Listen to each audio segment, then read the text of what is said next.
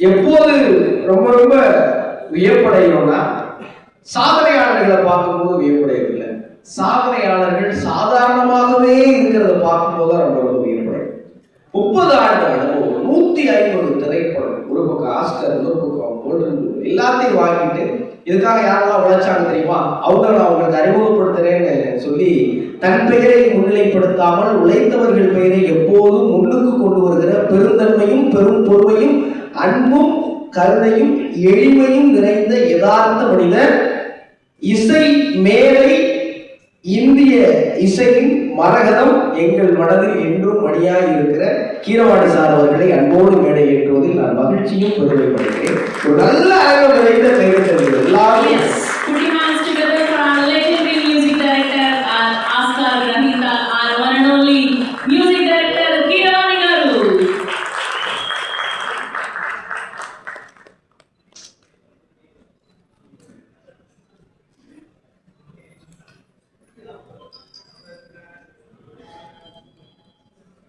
வணக்கம் சார். முதல்ல ரொம்ப பெரிய நன்றி. எனக்கு என்ன ரொம்ப பெரிய ஆச்சரியமா இருக்குன்னா, நீங்க ஹைதராபாத்ல இருந்து சென்னை வரீங்கிறது மட்டும் இல்லாம இந்த பாட்டு 4வது சிங்கிளா, சரி நான் என்னுடைய பாடகர்களையும் கூட்டிட்டு வரேன், ஒரு 4வது சிங்கிள் வெறுமனே திரையில போட்டு நாங்கள் நகர்த்த மாட்டோம், லைவா பெர்ஃபார்ம் பண்ணுவோம் அப்படின்னு ஒவ்வொரு பாட்டுடைய வெளியீட்டுக்கும் நீங்க படம் முடிஞ்ச பிறகு இவ்வளவு உழைப்பு போடுறதுக்கு பின்னாடி இருக்கிற ரகசியம் சார்? அனைவருக்கும் வணக்கம். ஒரு விஷயம் சொல்றேன். இப்போ நம்ம நாட்டுக்கு பாட்டு ஒரு கண்ட்ரியோட பிரசிடென்ட், இன்னொரு கண்ட்ரியோட president, somebody like Russian president and American president, அவங்க ஸ்டெப் போட்டால் எப்படி இருக்குன்னு நாங்கள் நினச்சி பார்த்தா அதெல்லாம் நடக்காத காரியம். அந்த நடக்காத காரியத்துக்கு நாங்கள் ஆர்டிஃபிஷியல் இன்டெலிஜென்ஸ் யூஸ் பண்ணி அதில் வீடியோ தயார் பண்ணி ரசிக்கிறோம். இது நான் எதுக்கு சொல்கிறேன்னா, எனக்கு ஒரு ஆசை இருக்கு. 2 பேர் இருக்காரு, அவர் ரொம்ப கோபத்தில் கத்திட்டு ரொம்ப ஆக்கிரமாக பார்த்தா எப்படி இருக்கும்னு பார்க்கறதுக்கு எனக்கு ஆசையாக இருக்குது. பட் அது நடக்காத காரியம். அதுக்கு தான் நான் ஏஐ ரிசார்ட் பண்ணணும். அவர் தான் ஒருத்தர் வந்து நம்ம சித்ரா மேடம் சிங்கர், இன்னொருத்தர் வந்து ஏஎம் ரத்னம் சார். ஏன்னா அவர் கோபமாக பார்க்கணும்னா இது பார்க்கல, அவர் கோபமே வராது. அவர் வந்தாலும் அவர் காமிக்க மாட்டாங்க, ரொம்ப சாந்தமூர்த்தியாக இருப்பார். அவர் AM Ratnam is the hero of the movie. அவருக்கான சக்ஸஸ் வரணும்னு ஆண்டவனை வேடிக்கிறேன். Ratnam garu, all the best sir. This movie is going to be a hit and I'll be the most happy person for you. இப்போ நீங்கள் கேளுங்க, என்ன கேளுங்க சார்? ஒரு படம் நடக்கும் போது உழைக்கிறது அது ஒரு பக்கம், படம் முடிஞ்சதுக்கு அப்புறம் ஒரு பாடல் வெளியிட்டுக்கும் ஒட்டுமொத்த இசைக்கலைஞர்கள் பாடல்களை கூட்டிகிட்டு வந்து ஹைதராபாத்ல, சென்னையில் எல்லா இடத்துலையும் வந்து பாட வச்சு மக்களை மகிழ்விக்கணும். அதே நேரத்தில் இந்த படத்தை முழுமை சேர்க்கணும்னு நீங்கள் போடுற உழைப்பு பின்னாடி இருக்கிற ரகசியம் சார்? ரகசியம் ஒன்றும் இல்லைங்க. நம்ம பாடல்கள் எல்லாம் இன்னும் நல்ல பேர் சம்பாதிக்கணும்னு அப்படி ஒரு ஆசையும் இருக்காங்க. அவங்களுக்கு என்ன சொன்னாலும் கேட்பாங்க. அதனால தான் நான் எப்போவுமே ஆஸ்பிரண்ட்ஸ் கூட ஒர்க் பண்ணுறதுக்கு ரீசன் என்னென்னா, அவர் ஃபுல் லைஃப் கொடுத்து வேலை செய்வாங்க. பெரிய பெரிய செலிபிரிட்டி ஆனதுக்கப்புறம் நம்ம கை வர நமக்கு சிக்க மாட்டாங்க. நம்ம சத்யராஜ் சார் மாதிரி அவர் எக்ஸப்ஷன்ஸ் இருக்கும். அவர் எவ்வளோ பேர் சம்பாதிச்சாலும் கூட இந்த மாதிரி நம்மளை எல்லாம் பிளஸ் பண்ணுறதுக்காக வருவார். ஸோ இந்த எக்ஸப்ஷன், தேங்க்யூ சார், இந்த எக்ஸப்ஷன்ஸ் இந்த மாதிரி விட்டுட்டா செலிபிரிட்டிஸ் கூட கொஞ்சம் ப்ராப்ளம் இருக்குது. அவன் எல்லா இடத்துக்கு வரமாட்டாங்க ஈஸியாக.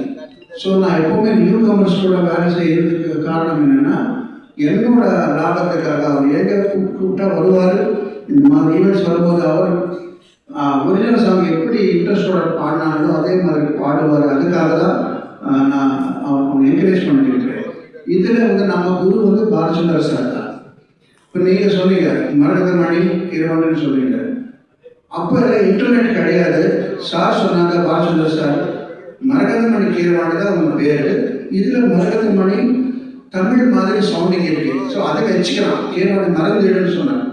அவர் சொன்னார், நான் பண்ணிட்டேன். அப்போ எல்லாம் இன்டர்நெட் இல்லை. இப்போ இன்டர்நெட் ரொம்ப பிரமாதமாக வந்துருக்கு. அவர் தான் இவர், இவர் தான் அவர்னு எல்லாருக்கும் தெரியும். ஸோ இப்போ அந்த கன்ஃபியூஷன் இல்லை. பட் எது இருந்தாலும் அந்த பேர் வச்சு என்னை ரொம்ப என்கரேஜ் பண்ணுறதுக்கு Balachandra sir wherever he is lived in my heart.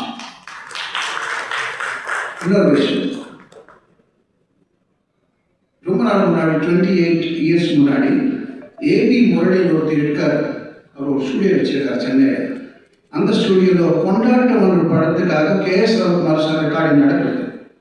அவர் வந்தார். கேஎஸ் ரவிக்குமார் வந்துட்டு ஏதோ ஒரு டாபிக் வந்தது, இந்த சாங் நல்லா போய் அந்த சாங் நல்லா வேணும் டாபிக் வந்தது. அப்போது மிக்சிங் அண்ட் மாஸ்டரிங் பற்றி ஒரு டாபிக் வந்தது.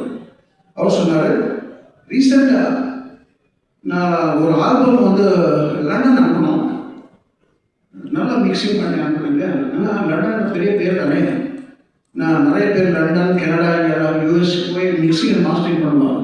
நமக்குள்ள ரெக்கார்ட் பண்ணுவார் சென்னையில், அங்கே வந்து மிக்சிங் பண்ணுவார். அந்த ஆல்பம் எடுத்துகிட்டு வந்தால் எல்லாம் பிளாங்க் ஆகிருக்கு, ஒன்றுமே சத்தம் பண்ணலையே, சத்தம் வர வேண்டிய இடத்துல சத்தம் வரலையே. அவர் சொன்னார், 5 ஸ்டார் ஹோட்டலில் எது சாப்பிட்டாலும் ஒரு மாதிரி இருக்கும், பிளாண்ட் ஆகிருக்கும். ஏன்னா அந்த ஃபாரினர்ஸ் வருவார், அவங்களுக்கு ஏற்ற மாதிரி தான் பண்ணுவார். அதில் நம்ம ஸ்ட்ரீட் ஃபுட்டு பாருங்கள் எவ்வளோ உப்பு காரம் நல்லா இருக்கும், அந்த மாதிரி தான் வேணும். அப்போ அவர் கன்சூமர் வந்து இப்படி காமிச்சார். எக்ஸாம்பிள், நீங்கள் ஒரு வீட் கொடுக்குறீங்க,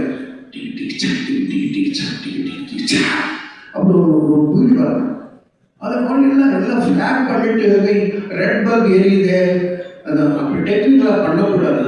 இங்கே வந்து வெடிக்குது, இந்த ஸ்பீக்கர் போயிடும், அப்படிலாம் நினச்சா ஃப்ளாக் பண்ணிட்டாரு.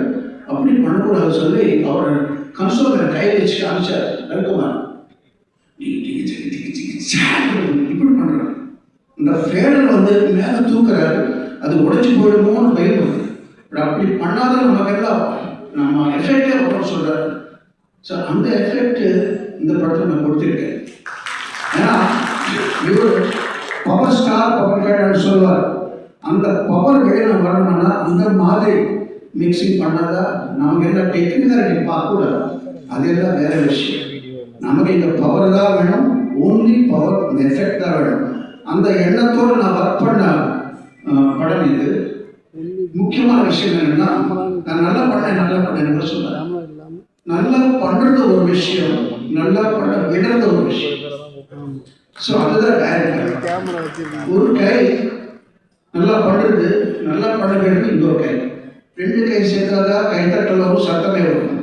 ஜோதி, thank you for allowing me to do whatever I want to do.